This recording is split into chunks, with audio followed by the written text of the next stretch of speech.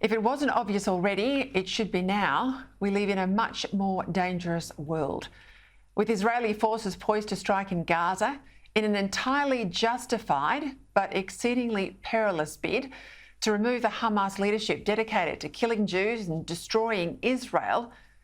The Middle East is teetering on the brink of a wider war. While Ukraine seems to be making slow and costly progress in its fight to be free of the Russian invader, the Gaza crisis will inevitably distract its supporters' attention and quite possibly reduce supplies of the weapons that are enabling its advance. And then there's Beijing, intent on taking Taiwan by force if necessary, and seeking regional and eventual world domination, pondering whether now is the time to strike. So much depends upon the calibre of the American president as leader of the free world. But the kindest thing you can say about President Biden is that he's past his prime. If there were ever a time for other countries to step up, this is now. Yet while British Prime Minister Rishi Sunak has just made a memorable speech in solidarity with the people of Israel, it will take much more than words to help keep them safe. And good on Sunak for landing in Israel tonight.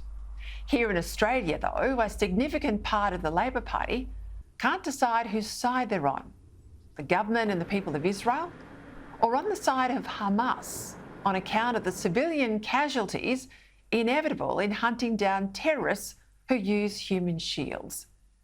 Now, the fickleness of support for Israel was on full display yesterday after Hamas claimed that an Israeli airstrike had destroyed a hospital and killed hundreds of civilians.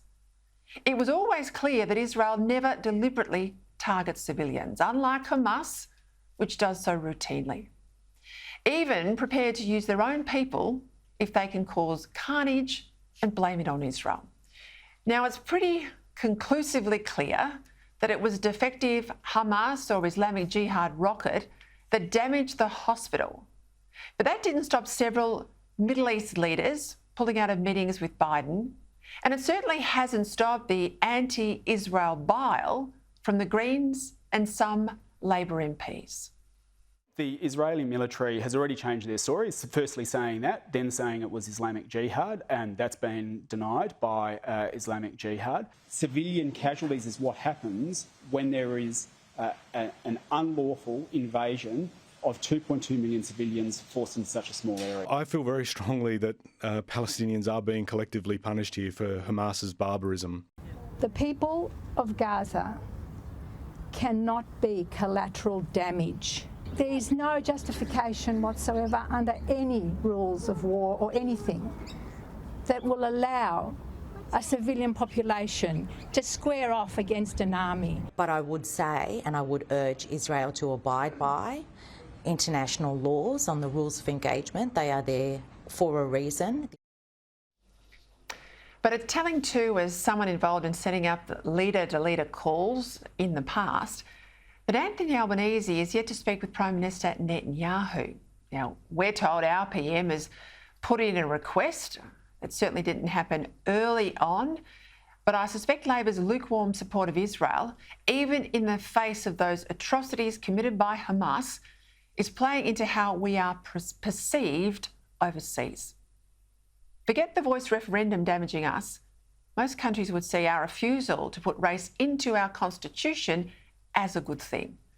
But a weak position on Israel that's a real departure from where Australia has stood in the past, including Australia's pivotal role in the very creation of the State of Israel in the first place in the aftermath of the Second World War. But as much as we should be focused on the Middle East, it's closer to home that worries me, and what China is up to while Gaza plays out. I keep getting mixed signals on China from the Albanese government. Is it business as usual with China, suggested, of course, by the PM's planned trip? Or is China our great strategic adversary, as suggested by the AUKUS alliance that Labor says it supports? And if it's the latter, what are we doing about building up our military might should the worst happen in our region? Given all the talk, despite all the talk, military spending is not increasing. notwithstanding a much higher threat environment. And today we learned that our embarrassingly small armed forces are down 4,000 personnel because of recruitment and retention problems.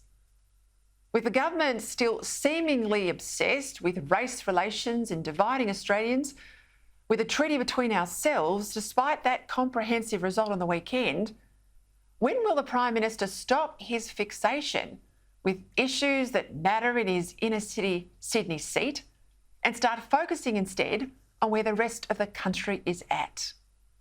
And a little bit of time too, I might say, from the PM behind his desk and not overseas, not at a sporting match, not playing DG at a concert on the weekend, a bit of work behind his desk, a few meetings with people that know what they're talking about, well, that might be a good start.